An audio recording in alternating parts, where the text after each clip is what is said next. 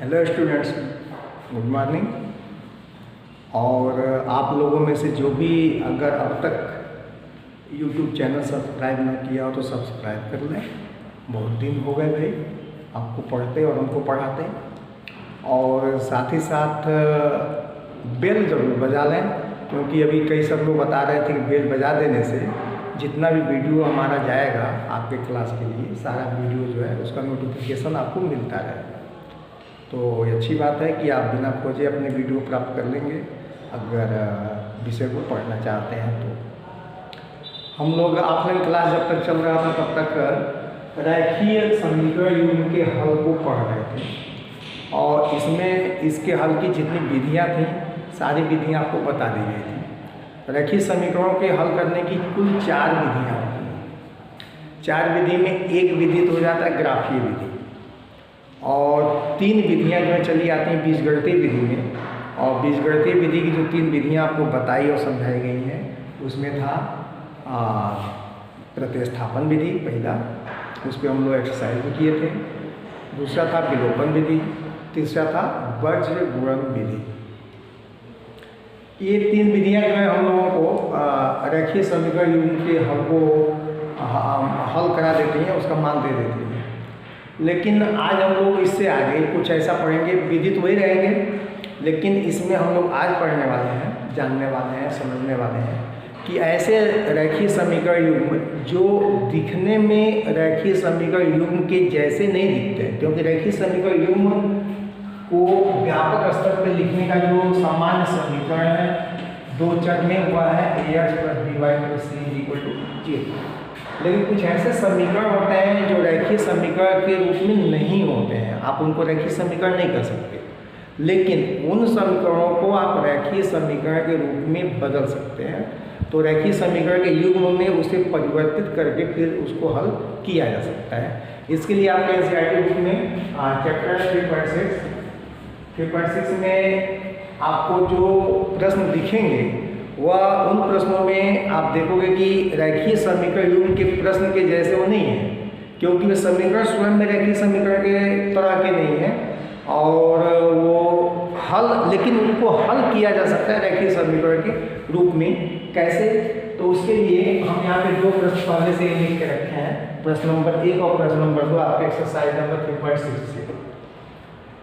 इन प्रश्नों की एक विशेषता ये होती है, जैसे प्रश्न नंबर 1 में देखें आप तो 1/2x 1/3y 1/x इसमें 1/y। दूसरे समीकरण में देखें 1/x 1/y, यानी कि जो एक समीकरण होता है उसी से मिलता जुलता है, उसी तरह का जो पद जो है दूसरे समीकरण होता है। इसी तरह से प्रश्न नंबर 2 को देखें, दोनों जगह हर में √x और √y है, तो नीचे वाले दूसरे समीकरण में भी दोनों जगह हर में क्या है √x और √y। इसमें सब्स्टिट्यूशन हम करते हैं थोड़ा सा। जैसे मान लीजिए हमको प्रश्न नंबर 1 को हल करना है, तो प्रश्न नंबर 1 को अगर हल करना है तो इसमें सबसे पहले हम मानेंगे कि माना 1/x = u, 1/x = u, इसको कर देंगे समीकरण नंबर 1, ये हो जाएगा 2, इसको कर देंगे 3, और दूसरा मान लेंगे हम लोग 1/y = v। अगर 1/x इस समीकरण 1/x की जगह u, 1/y की जगह v रखा जाए तो क्या होगा देखा जाए, तो समीकरण 1 तथा 2 से क्या हो जाएगा, यहाँ होगा 1/2, फिर 1/x है, 1/x की जगह हम u रख देंगे प्लस 1/3 v रख देंगे = 2। अब इसमें हम अगर इस हर जो है 2 और 3 का एलसीएम 6 होता है, और 6 का पूरे समीकरण में गुणा करा दें तो ये 6 का यहाँ 6 आएगा, 6/2 यानी कि 3u हो जाएगा, और यहाँ 6/3 यानी कि 2v हो जाएगा, ये = 6 और 2 का गुणा हुआ तो 12। समीकरण नंबर 4 तक हुआ था 5। और दूसरे समीकरण में एक क्रिया करें तो ये हो जाएगा 1/3u प्लस 1/2v = 13/6। अब इसमें हम फिर 6 का गुणा कराएं तो यहाँ हो जाएगा हमारा 2u प्लस 3v, और यहाँ 6 से 6 कट जाएगा, यहाँ बचेगा सिर्फ 13, समीकरण नंबर 6। अब देखिए ये समीकरण तो रैखिक समीकरण नहीं है, लेकिन यहाँ पे देखिए u v को अगर वेरिएबल माने तो ax + by + c = 0 के पद के दोनों समीकरणों के, यानी कि ये रैखिक समीकरण। इन समीकरणों को हल करना हम लोग जानते हैं, इन समीकरणों को हल करना हम लोग जानते हैं। कैसे हल कर सकते हैं? तो विलोपन प्रतिस्थापन कोई विधि लगा दीजिए। तो समीकरण 5 में गुणा कर दीजिए 3 का, और समीकरण 6 में गुणा कर दीजिए 2 का, और घटा।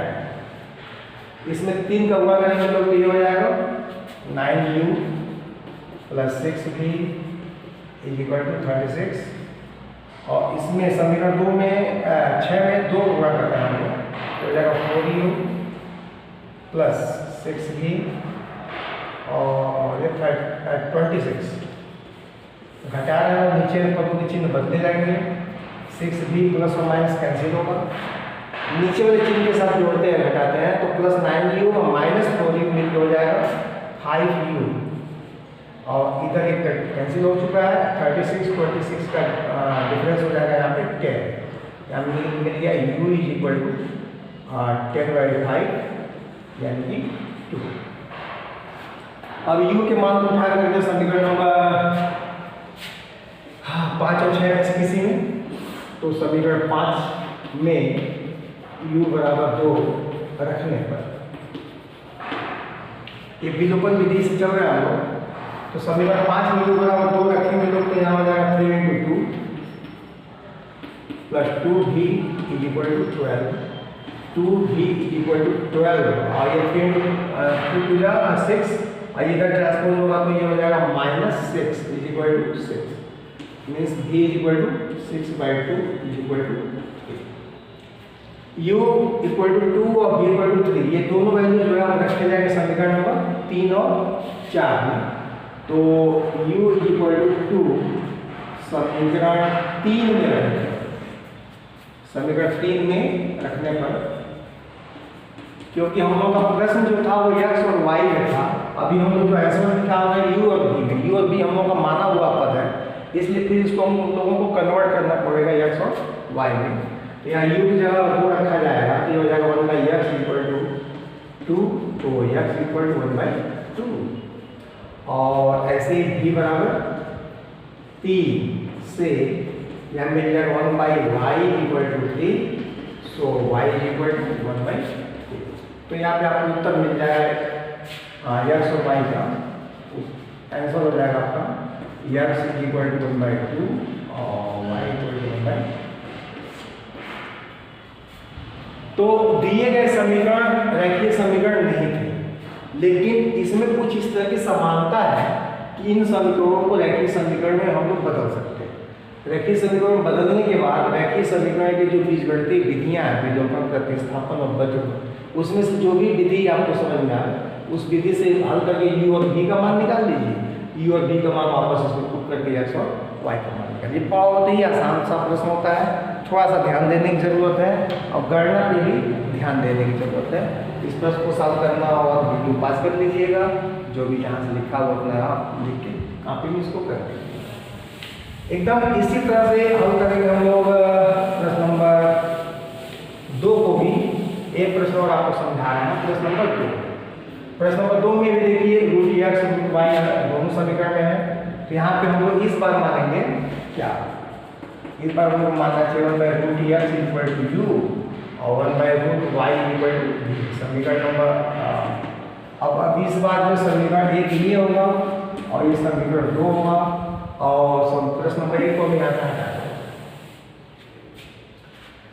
इसके बाद आगे बढ़े तो यहाँ हो जाएगा समीकरण 1 तथा 2 से, और ये हम प्रश्न नंबर 2 सॉल्व कर रहे हैं। तो समीकरण 1 और 2 से क्या हो जाएगा, 2u + 3v = 2, समीकरण नंबर 5, और यहाँ हो जाएगा 4u - 9v = -1, समीकरण नंबर 6। देखिए ये पहले वाला बहुत आसान हो गया, उसमें एलसीएम में गुणा करना पड़ा था, इस वजह से कुछ नहीं करना। अब इसके बाद क्या करेंगे हम लोग कि अब इसको फिर हल करना है।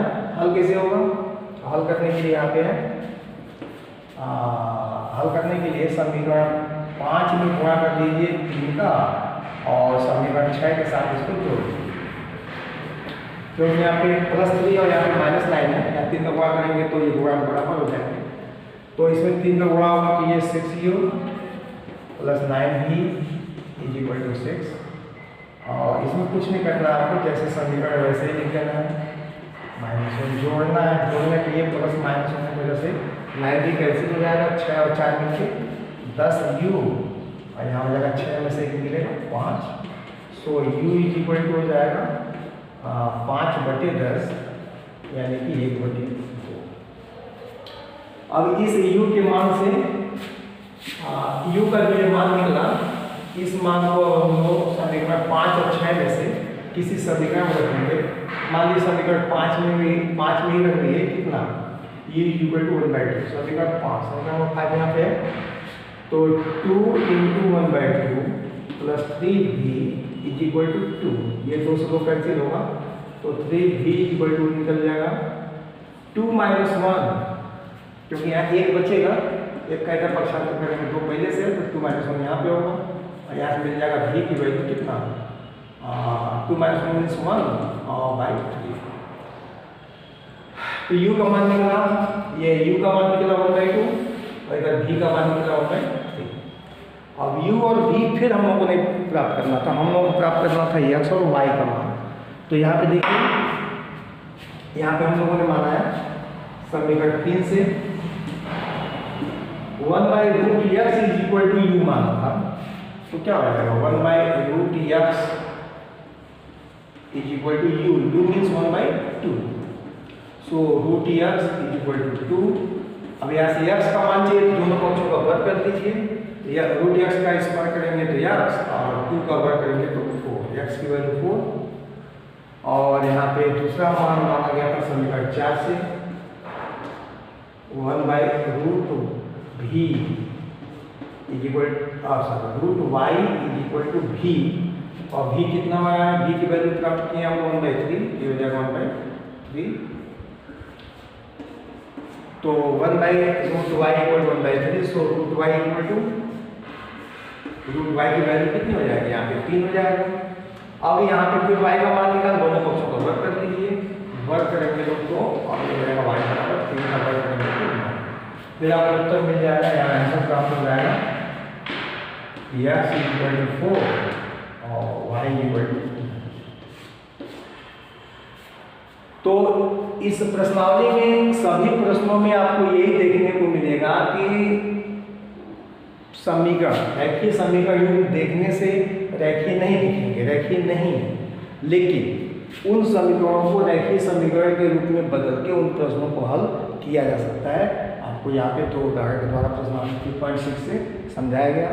अब इसके बाद आप इस प्रश्नावली से प्रश्न करिए, कोई भी प्रश्न नहीं आता है तो उसको व्हाट्सएप ग्रुप से, पर्सनल व्हाट्सएप से, फ़ोन से या कमेंट से, कहीं से भी आप प्रश्न को पूछ सकते हैं। आपको प्रश्नों का हल जवाब बताया जाएगा, समझाया जाएगा। Okay, thank you.